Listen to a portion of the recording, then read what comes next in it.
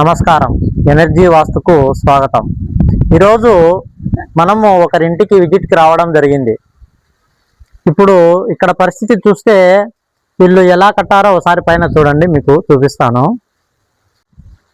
ఇప్పుడు వీళ్ళు చూడండి, ఇది ఉత్తర వాయువ్యం.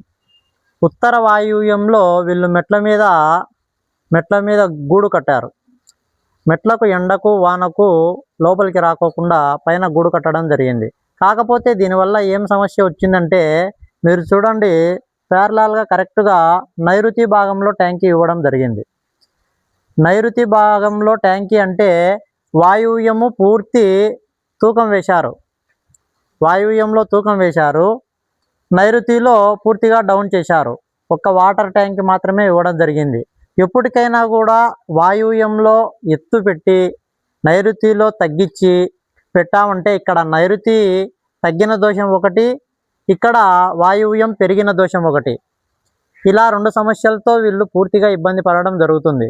కాబట్టి ఎప్పటికైనా కానీ వాయువ్యంలో పెంపు చేయడం కానీ, నైరుతి భాగంలో ఇలా డౌన్ చేయడం కానీ చేయవద్దు.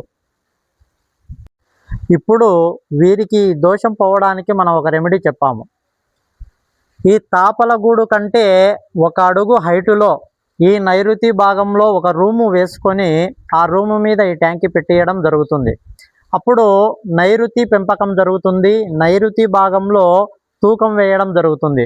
ఎప్పుడైనా కూడా నైరుతి భాగంలో ఎక్కువ, చుట్టుపక్కల 4 మూలల కంటే నైరుతి భాగంలోనే ఎప్పుడైనా కానీ మనకు హైట్ ఎక్కువ ఉండాలా, తూకం కూడా ఎప్పుడు కూడా నైరుతి భాగంలోనే ఎక్కువ ఉండాలా.